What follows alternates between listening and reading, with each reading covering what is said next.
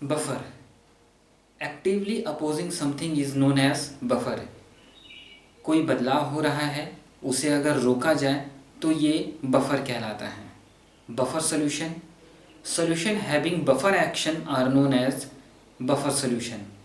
ऐसे सोल्यूशन जो buffer action दिखाते हैं उन्हें बफर सोल्यूशन कहा जाता है। बफर एक्शन एक प्रकार की प्रक्रिया है, रासायनिक प्रक्रिया है, जिसमें जब थोड़े अमाउंट में एसिड या बेस डाले जाते हैं उनके कारण सॉल्यूशन में हाइड्रोजन आयन की कंसंट्रेशन में जो बदलाव होता है या तो बढ़ता है जैसे कि एसिड के डालने पे, या तो घटता है जैसे बेस डालने पे। तो इसी बदलाव को रोकने के लिए जो रासायनिक पदार्थ प्रयोग में लाया जाता है उसी के इस कार्य को बफर एक्शन कहते हैं। एसिड ऐसे रासायनिक पदार्थ होते हैं जिनको जब पानी में घोला जाता है तो हाइड्रोजन आयन रिलीज करते हैं, जिसके कारण पानी का हाइड्रोजन आयन कंसंट्रेशन बढ़ जाता है। मतलब acid are those chemical substances that increases the hydrogen ion concentration. Acid वो रासायनिक पदार्थ होते हैं जो पानी का हाइड्रोजन आयन कंसंट्रेशन बढ़ाते हैं। Base are those chemical substances which when dissolved in water release hydroxyl ion and that reduces the hydrogen ion concentration। Base ऐसे रासायनिक पदार्थ होते हैं जिनको जब पानी में घोला जाता है तो वो हाइड्रोक्सिल आयन रिलीज करते हैं, और ये हाइड्रोक्सिल आयन मीडियम में जो हाइड्रोजन आयन रहते हैं उनकी कंसंट्रेशन को कम कर देते हैं। यहाँ पे फिर से देखते हैं, buffer actively oppose something buffer. किसी भी चीज का अगर विरोध किया जाता है तो उसे बफर कहते हैं। Buffer solution exhibit buffer action is buffer solution. ऐसे सोल्यूशन जो बफर एक्शन दिखाते हैं उनको हम बफर सोल्यूशन कहते हैं। Buffer action the resistance of a solution to change in hydrogen ion concentration. कोई एक ऐसा सोल्यूशन जो हाइड्रोजन आयन की कंसंट्रेशन में जो बदलाव आ रहा है उसको रोके। वो हाइड्रोजन आयन का कंसंट्रेशन बदलाव क्यों आ रहा है? Upon addition of small amount of acid और बेस कॉल्ड बफर एक्शन। थोड़े अमाउंट में एसिड या बेस डाला जाए, उसके कारण जो हाइड्रोजन आयन में कंसंट्रेशन में बढ़ोतरी हो या कमी हो, उसको रोकने के लिए जो एक्शन होता है उसे हम बफर एक्शन कहते हैं। तो ये सॉल्यूशन जनरली थोड़ी बहुत एसिड या बेस के ऐड होने के कारण एसिड के कंसंट्रेशन बढ़ने या बेस की कंसंट्रेशन बढ़ने से हाइड्रोजन आयन का कंसंट्रेशन में जो बदलाव होता है, बढ़ता है या कम होता है, सिर्फ उतने के लिए, रोकने के लिए होता है। ऐसा नहीं कि उसमें बहुत ज़्यादा एसिड डाल दिया जाए उसके कारण हाइड्रोजन आयन कंसंट्रेशन को बफर एक्शन रोकने के लिए नहीं है। बफर एक्शन सिर्फ थोड़े अमाउंट ऑफ एसिड और बेस के एडिशन में कारण जो हाइड्रोजन आयन के कंसंट्रेशन में बदलाव होता है उसे रोकने के लिए प्रयोग में लाया जाता है। Acid is a chemical substance which when dissolved in water release hydrogen ion, hence acid increases hydrogen ion concentration HCl और H2SO4। तो एसिड वो रासायनिक पदार्थ होते हैं जिनको पानी में घोला जाता है तो हाइड्रोजन आयन को बढ़ा देते हैं, और इनके उदाहरण हैं HCl, H2SO4, ऐसे और भी एसिड्स हैं। तो ये एसिड जो हैं हाइड्रोजन आयन कंसंट्रेशन बढ़ाते हैं। Base are the chemical substance releases hydroxyl ion, hence decreases hydrogen ion concentration। Base को जब पानी में घोला जाता है तो वो हाइड्रोक्सिल आयन देते हैं और वो हाइड्रोजन आयन कंसंट्रेशन को रोकते हैं। इस प्रक्रिया से हाइड्रोक्सिल मिलके पानी बना लेते हैं और उस तरह से हाइड्रोजन उसमें से निकल जाता है और उसकी कंसंट्रेशन इस तरह से बेस हाइड्रोजन आयन की कम करता है। ये बफर सोल्यूशन फार्मास्यूटिकल प्रोडक्ट्स में प्रयोग किए जाते हैं।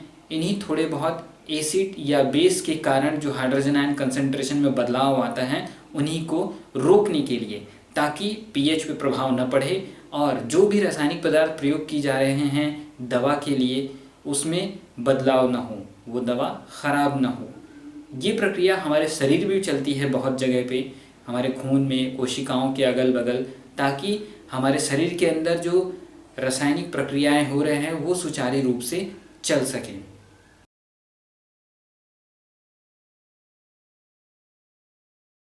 Buffer solutions are those solutions that resist the change in pH when small amount of acid or base are added. Types of buffer solution: These are of two type, acidic buffer and basic buffer. Acidic buffer are generally prepared by mixing equimolar components of weak acid and salt of weak acid with strong base. For example, acetic acid and salt of acetic acid with sodium acetate. Basic buffers are prepared by mixing equimolar mixture of weak base and salt of weak base with strong acid. For example, ammonium hydroxide and salt of it with strong acid ammonium chloride. Here we can see buffer solution, acidic buffer solution. It is mixture of weak acid and salt with strong base. Example, mixture of acetic acid CH3COOH, it's a weak acid, and it's salt with sodium acetate, salt of acetic acid with sodium acetate. The pH of such type of acidic buffer is always below 7, and pH of this mixture acetic acid and sodium acetate is 4.76, and such type of basic buffer acidic buffers are used in pharmaceutical preparation for their preservation.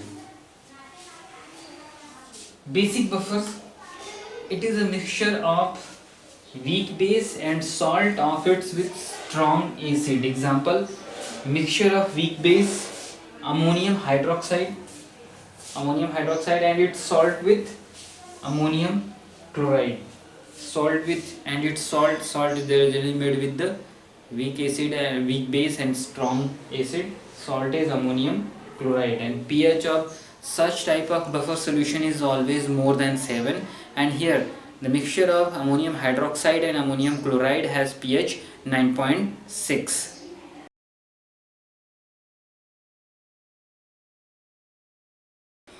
Till now we have seen what are buffer action, their composition. Now let us see the principle of buffer action. अभी तक हम लोगों ने कई परिभाषाएं देखी, buffer क्या होता है, बफर सॉल्यूशन क्या होते हैं, बफर एक्शन क्या होता है, एसिड क्या होते हैं, बेस क्या होते हैं, और किस तरह से इन वीक एसिड और स्ट्रॉन्ग बेस वीक एसिड को आपस में रिएक्ट करके एक बफर सॉल्यूशन बनाए जाते हैं। इन बफर सॉल्यूशन को बनाने के बाद अब ये है कि देखते हैं कि किस तरह से ये एक्शन मतलब काम करते हैं। तो इस एक्शन को देखने के लिए पहले हमें समझना पड़ेगा कॉमन आयन इफेक्ट क्या होते हैं। कॉमन मतलब एक बराबर, समान, आयन मतलब चार्ज एटम और मॉलिक्यूल। सो इधर आयन मीन्स चार्ज एटम और molecule, and what is this charge atom और मॉलिक्यूल। ये चार्ज एटम और मॉलिक्यूल क्या होते हैं उनको देखते हैं। Atom are generally neutral because the amount of electron and proton in the nucleus and electron in the outermost orbitals all equal. Atom neutral क्यों होते हैं? क्योंकि उनके केंद्र में जितने प्रोटॉन पॉजिटिव चार्ज होते हैं उनके ऑर्बिटल में इलेक्ट्रॉन ही उतने होते हैं, बराबर होने के कारण उन पर कोई भी चार्ज नहीं होता है। जब कोई एटम एक या एक से ज़्यादा इलेक्ट्रॉन को लॉस करता है या फिर गेन करता है तो उसके ऊपर चार्ज आते हैं। So when an atom gain one or more electron or lose one and more electron get or gain a charge, that charge may be negative or positive. When an atom lose an electron it gain a positive charge. When an atom accept an electron, it gain a negative charge. So here we can see with example. Ion are atom or molecule with a net electric charge due to loss or gain of one or more electron. Ion वो atom और molecule हैं जिनके एक या एक से ज़्यादा electron loss होने या गेन होने पे उस पर ओवरऑल चार्ज आते हैं। उदाहरण के लिए एटम और उसके ions. Atom sodium lose 1 electron form sodium plus. Sodium एक इलेक्ट्रॉन उसमें से निकलता है और उसके ऊपर एक पॉजिटिव चार्ज आ जाता है। Chlorine gain 1 electron form Cl negative. Chlorine 1 electron को एक्सेप्ट करता है और उसके ऊपर एक माइनस चार्ज आता है। Aluminium loses 3 electron form AlCl3 Al+3। Aluminium 3 electron lose करता है, उसके ऊपर +3 चार्ज आते हैं। Oxygen gain 2 electron 2 negative charge. Magnesium loses 2 electron from Mg2+। तो इस तरह से एटम इलेक्ट्रॉन को गेन करते हैं या लॉस करके उनके ऊपर चार्जेस आते हैं। Why this charges come on this atom? Because loss or gain of electron. Why an atom gain or lose electron? To get the stability electronic configuration. Atom stability attain करने के लिए या तो इलेक्ट्रॉन को loss करता है या फिर उसको गेन करता है। दोनों ही केसेस में उनके ऑक्टेट कंप्लीट होते हैं या फिर न्यूट्रल स्टेट वाली इलेक्ट्रॉनिक कॉन्फ़िगरेशन को वो पाते हैं, जिसके कारण उनमें स्टेबिलिटी बढ़ती है। उसी तरह से जो है मॉलिक्यूल में भी चार्जेस आते हैं, जैसे मॉलिक्यूलर आयन्स। ये सब मॉलिक्यूलर आयन के एग्जांपल हैं, जैसे SO4 2 negative sulphate ion, ClO4 negative chlorate ion, CO3 negative CO3 2 negative bicarbonate carbonate ion, CH3COO negative acetate ion, NH4+ ammonium ion, PO43 negative phosphate ion, H3O+ hydronium ion. ये सब molecular ion हैं जिसमें molecule के ऊपर charges होते हैं। ये example है सल्फ्यूरिक एसिड का। अगर यहाँ पे H2 रहता है तो H2SO4 कोई भी चार्ज नहीं होता। Hydrogen 2 electron SO4 to negative को SO4 को देकर निकल जाता है और SO4 के ऊपर 2 नेगेटिव चार्जेस आते हैं। HClO4 इस पे से एक हाइड्रोजन निकल जाता है, इलेक्ट्रॉन इस पे गेन हो जाता है तो माइनस नेगेटिव चार्ज आते हैं। H2CO3 बाइकार्बोनिक एसिड होता है, कार्बोनिक एसिड होता है जिसमें से हाइड्रोजन निकल जाने के कारण 2 इलेक्ट्रॉन इस पे आ जाते हैं और इस पे 2 चार्जेस आते हैं। एसिटिक एसिड एक हाइड्रोजन निकल जाने के कारण उसके इलेक्ट्रॉन इस पे पड़ जाते हैं तो इसका एक चार्ज बढ़ जाता है। अमोनियम आयन, इसमें एक हाइड्रोजन आयन जुड़ने के कारण पॉजिटिव चार्ज आ जाता है। H3PO4 3 हाइड्रोजन मॉलिक्यूल निकलने के कारण इस पे 3 इलेक्ट्रॉन ज़्यादा हो जाते हैं और इस पे 3 नेगेटिव चार्जेस आ जाते हैं। हाइड्रोनियम आयन, इसमें एक हाइड्रोजन आयन जुड़ने के कारण इस पूरे मॉलिक्यूल पे एक पॉजिटिव चार्ज आ जाते हैं। इस तरह से ये पूरे आयन्स फॉर्म होते हैं, एटॉमिक आयन और मॉलिक्यूलर आयन। ये मॉलिक्यूलर आयन जो है दिखाएंगे कॉमन आयन इफेक्ट। मतलब किसी मीडियम में एसीटेट आयन अगर ज़्यादा पड़ रहे हैं तो आपस में उसमें एक इफेक्ट होगा जिसके कारण बफर एक्शन होता है। अब हम नेक्स्ट देखेंगे common ion effect. Common ion effect. Right now we have seen what is ion. Ion are the charged atom or molecule. Here we see what is common ion effect. हमने अभी तक देखा कि आयन क्या होते हैं, कैसे बनते हैं, और यहाँ पे देखेंगे किस तरह से अगर आयन समान है तो एक दूसरे के ऊपर किस तरह से वो असर करेंगे। Common ion effect can be defined as the separation of weak electrolyte by the addition of strong electrolyte having the common ion. Common ion effect को इस बात से परिभाषित किया जा सकता है कि किसी एक वीक इलेक्ट्रोलाइट का विखंडन होने से रोका जाए जब उसमें एक स्ट्रॉन्ग इलेक्ट्रोलाइट मिलाया जाए जिसमें कम से कम एक आयन कॉमन हो। उदाहरण के लिए अगर एसिटिक एसिड है, पानी में अगर घोला जाएगा तो वो टूट के एसिटेट आयन और हाइड्रोजन आयन देंगे। उसी में ही अब एसिटिक एसिड का सॉल्ट डालते हैं, सोडियम एसिटेट, तो सोडियम एसिटेट पूरी तरह से टूट जाएगा और एसिटेट और सोडियम आयन जनरेट करेगा। इसमें जो एसिटेट आयन है अफेक्ट करेगा एसिटिक एसिड के एसिटेट आयन से और वो एसिटेट आयन का कंसंट्रेशन कम करेगा। इसी को ही सेपरेशन को कॉमन आयन इफेक्ट कहते हैं। इसको इस तरह से समझा जा सकता है, separation of dissociation of weak electrolyte. Weak electrolyte जो है उसका डिसोसिएशन विखंडन होने से रुकता है। क्यों? By the addition of strong electrolyte having an ion common with the weak electrolyte. एक स्ट्रॉन्ग इलेक्ट्रोलाइट के ऐड करने से जिसमें एक वीक इलेक्ट्रोलाइट आयन से कॉमन उसमें रहता है। एग्जाम्पल के लिए acetic acid suppressed by the addition of sodium acetate. Acetic acid को जो पानी घोलने पे वो विखंडित होकर एसिटेट आयन फॉर्म करता है, उसी में अगर हम सोडियम एसिटेट डाल दें तो जो एसिटेट आयन फॉर्म हुआ था एसिटिक एसिड के कारण, वो वापस आपस में मिलकर एसिटिक एसिड बना लेंगे। Explanation, acetic acid dissociate to form acetate ion and hydrogen ion and have the dissociation constant that is equal to molar concentration of acetate ion product with molar concentration of hydrogen ion divided by the molar concentration of acetic acid। जो acetic acid को पानी में घोला जाता है वो विखंडित होकर acetate ion और हाइड्रोजन आयन बनाता है।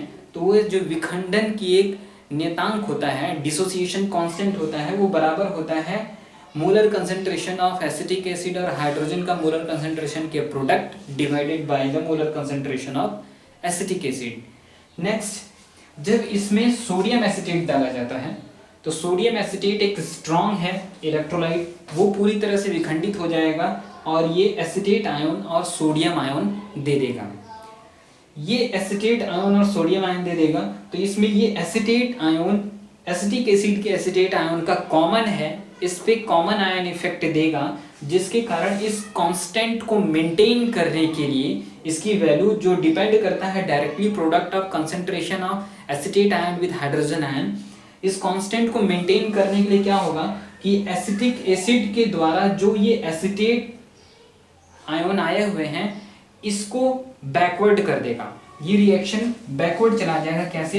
ये कॉमन होने के कारण इसकी कंसंट्रेशन ओवरऑल बढ़ जाएगी और इस कंसंट्रेशन को कम करने के लिए ये हाइड्रोजन एसिटेट आयन के साथ मिलके एसिटिक एसिड बना लेगा, जिसके कारण मीडियम में इस एसिटिक एसिड का कंसंट्रेशन वो कम हो जाएगा और ये कांस्टेंट जो है फिर से मेंटेन हो जाएगा।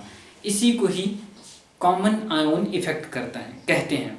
और आगे देखेंगे किस तरह से ये कॉमन आयन इफेक्ट हेल्पफुल होता है बफर सॉल्यूशन में। किसी भी एसिड और बेस को ऐड करने से उसका पीएच जो है वो लेवल चेंज नहीं होता है। ये पीएच लेवल मेंटेन करने के लिए बफर सॉल्यूशन प्रयोग किए जाते हैं।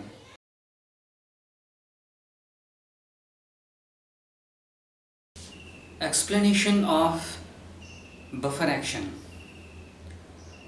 Buffer action means when a small amount of strong acid or base added to the buffer solution, they resist the change in pH due to increase or decrease in hydrogen ion concentration by adding strong acid or base respectively. Here we have taken the example of acetic acid and sodium acetate equimolar concentration, acidic buffer. When such type of buffer are taken, their hydrogen ion concentration is less because of sodium acetate completely dissociated, and because of common ion effect hydrogen ion concentration is less. When small amount of strong acid like HCl has been added, now HCl being strong get dissociated completely and add extra hydrogen that decreases the pH of solution.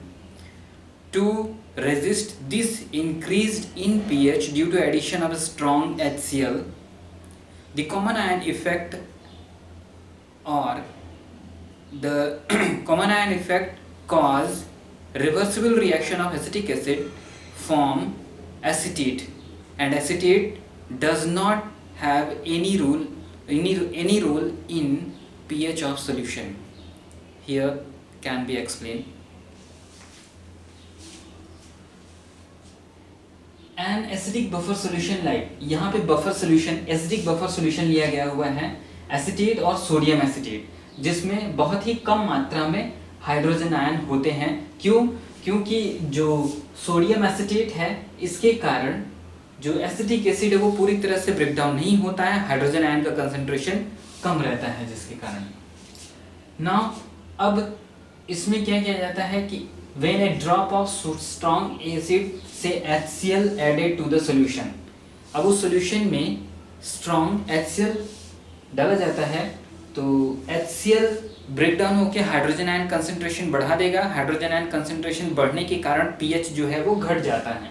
It decreases pH by adding extra hydrogen to solution, solution में extra hydrogen जाने के कारण pH जो है वो घट जाएगा। Extra hydrogen react with acetate ion to form intact acetic acid.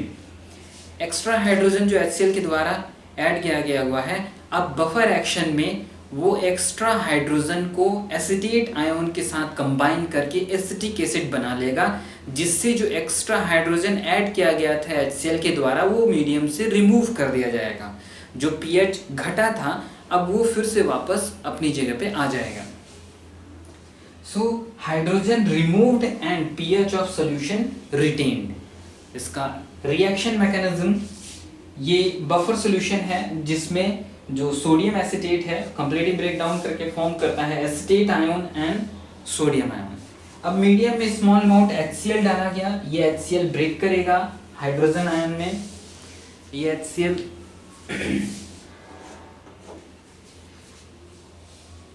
HCl जो है ब्रेक करेगा हाइड्रोजन आयन और क्लोराइड आयन।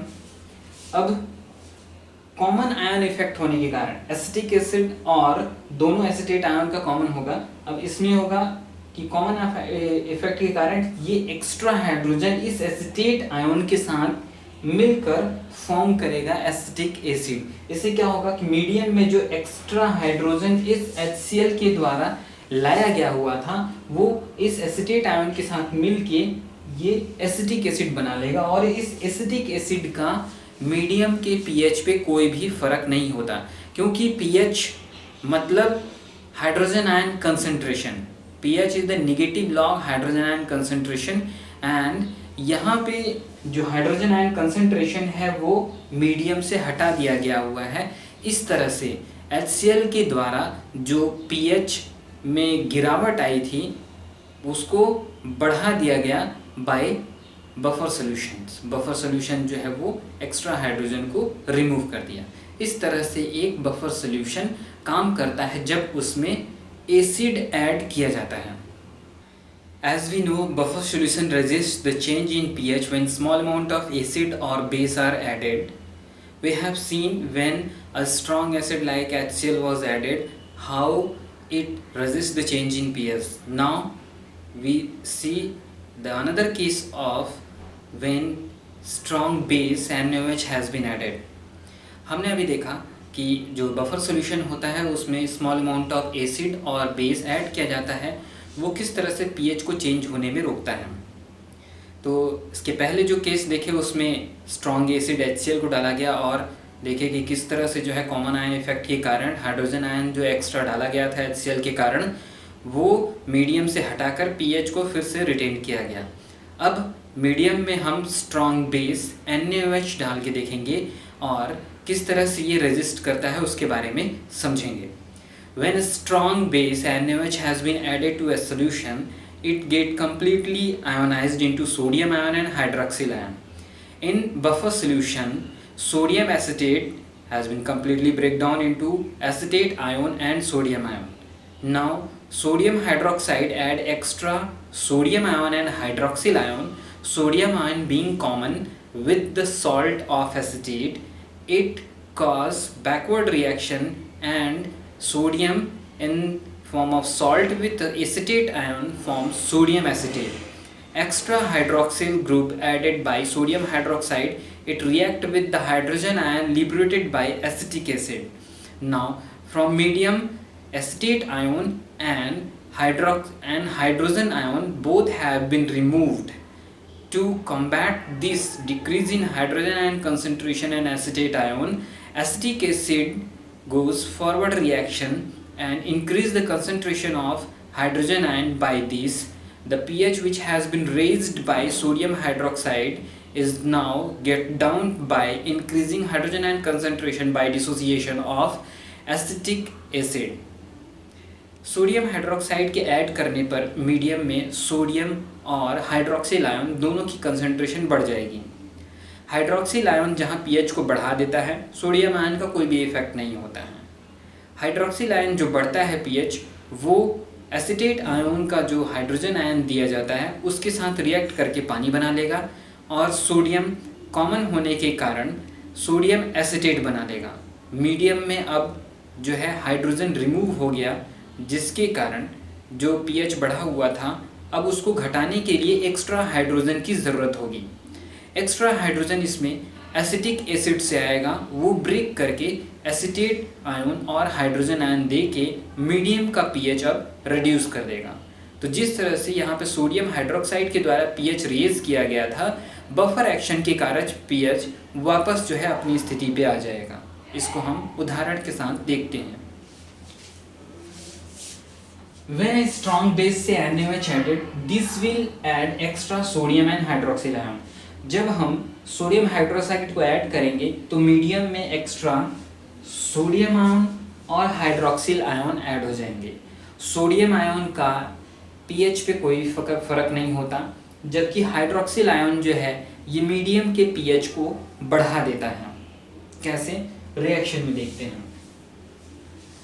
बफर सिस्टम में एसिटिक एसिड है, सोडियम एसिटेट है और इसमें हमने NaOH डाला स्मॉल अमाउंट में, और ये किस तरह से बफर एक्शन करता है। एसिटिक एसिड में ये रिवर्सिबल रिएक्शन दिखाया गया है, जिसमें फॉरवर्ड रिएक्शन छोटा है मतलब कम है और बैकवर्ड रिएक्शन ज़्यादा है। ये इसलिए होता है क्योंकि मीडियम में जो सोडियम एसिटेट है ये कंप्लीटली ब्रेक डाउन होने के कारण कॉमन आयन इफेक्ट होगा और ये पहले बैकवर्ड रिएक्शन ज़्यादा रहेगा, उसके कारण हाइड्रोजन आयन कंसंट्रेशन कम रहेगा। नेक्स्ट सोडियम एसिटेट है, ये कंप्लीटली ब्रेक डाउन होता है, इसलिए फॉरवर्ड रिएक्शन ज़्यादा है और बैकवर्ड रिएक्शन कम है। ये स्ट्रॉन्ग एसिड, ये स्ट्रॉन्ग बेस और वीक एसिड का सॉल्ट होने के कारण ये फॉरवर्ड रिएक्शन ज़्यादा होता है। इस फॉरवर्ड रिएक्शन के कारण ये रिएक्शन बैकवर्ड होता है, जिसके कारण हाइड्रोजन आयन कंसंट्रेशन कम होता है। जैसा कि इधर एक्सप्लेन किया गया हुआ है कि an acidic buffer solution like acetic acid and sodium acetate contain a very small concentration of hydrogen ion, means this buffer solution contains small concentration of hydrogen ion. Sodium acetate को पूरी तरह से break down होने के कारण buffer solution में hydrogen ion की concentration कम है। अब मीडियम में जब NaOH डालेंगे तो NaOH एक स्ट्रॉन्ग बेस है और स्ट्रॉन्ग बेस उन्हें कहा जाता है जो पूरी तरह से ब्रेक डाउन हो जाते हैं। Sodium hydroxide completely break down होकर सोडियम आयन और हाइड्रोक्सिल आयन देगा। ये हाइड्रोक्सिल आयन मीडियम का पीएच बढ़ा देगा। मीडियम का पीएच बढ़ा देगा तो उसको रेजिस्ट करने के लिए बफर सॉल्यूशन में जो एसिटिक एसिड है ब्रेक डाउन करके यहाँ पे हाइड्रोजन आयन दे रखा हुआ है, इस हाइड्रोजन आयन से हाइड्रोक्सिल आयन मिलके पानी बना लेगा और ये जो एक्स्ट्रा सोडियम आयन दिया गया हुआ है तो इसमें इन दोनों में कॉमन आयन इफेक्ट होगा और जो डिसोसिएशन कांस्टेंट है उसको मेंटेन करने के लिए ये और एसिटेट आयन, सोडियम और एसिटेट आयन आपस में रिएक्ट करेंगे। अब बैकवर्ड रिएक्शन जो है वो ज़्यादा होगा और इसका कंसंट्रेशन बढ़ेगा, मतलब मीडियम से इसका कंसंट्रेशन घट गया। इसका कंसंट्रेशन घट गया, वहाँ पे हाइड्रोजन का कंसंट्रेशन हाइड्रोक्सिल के कारण घट गया, मीडियम का पीएच जो है वो बढ़ गया। अब मीडियम का पीएच जब बढ़ गया है उसको दोबारा वापस लाने के लिए हमें ज़्यादा से ज़्यादा हाइड्रोजन आयन चाहिए। ये हाइड्रोजन आयन अब कैसे आएगा?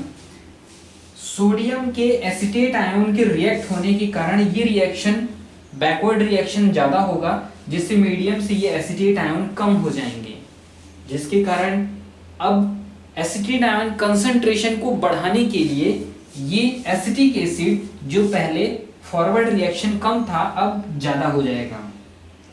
ज़्यादा होने के कारण ज़्यादा से ज़्यादा एसिटिक एसिड मीडियम में आ जाएंगे और हाइड्रोजन आयन मीडियम में आ जाएंगे।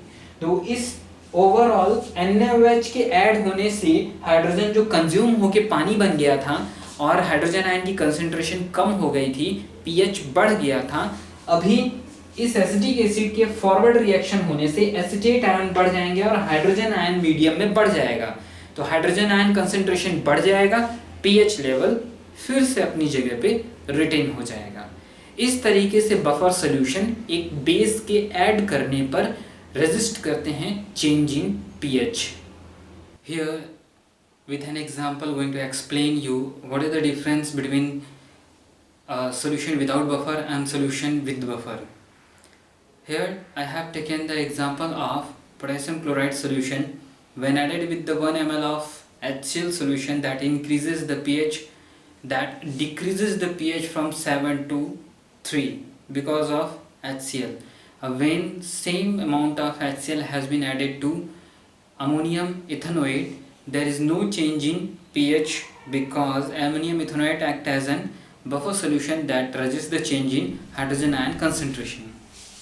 Here, aqueous solution of KCl when added with 1 ml of HCl, 1 liter KCl changes pH from 7 to 3, whereas in case of aqueous solution of ammonium ethanoate, there is no change in pH because of this ammonium ethanoate.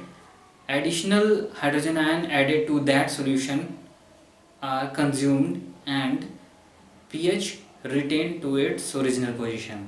यहाँ पे दो उदाहरणों से समझा रहा हूँ मैं कि जब KCl पोटेशियम क्लोराइड के सॉल्यूशन में HCl ऐड किया जाता है, 1 लीटर पोटेशियम क्लोराइड सॉल्यूशन है, उसमें 1 ml HCl ऐड करेंगे तो जो पोटेशियम क्लोराइड सॉल्यूशन का pH 7 है वो गिर के 3 हो जाएगा, जबकि अमोनियम इथेनोएट में जब HCl को ऐड किया जाएगा तो उसके pH पे कोई भी फर्क नहीं होगा।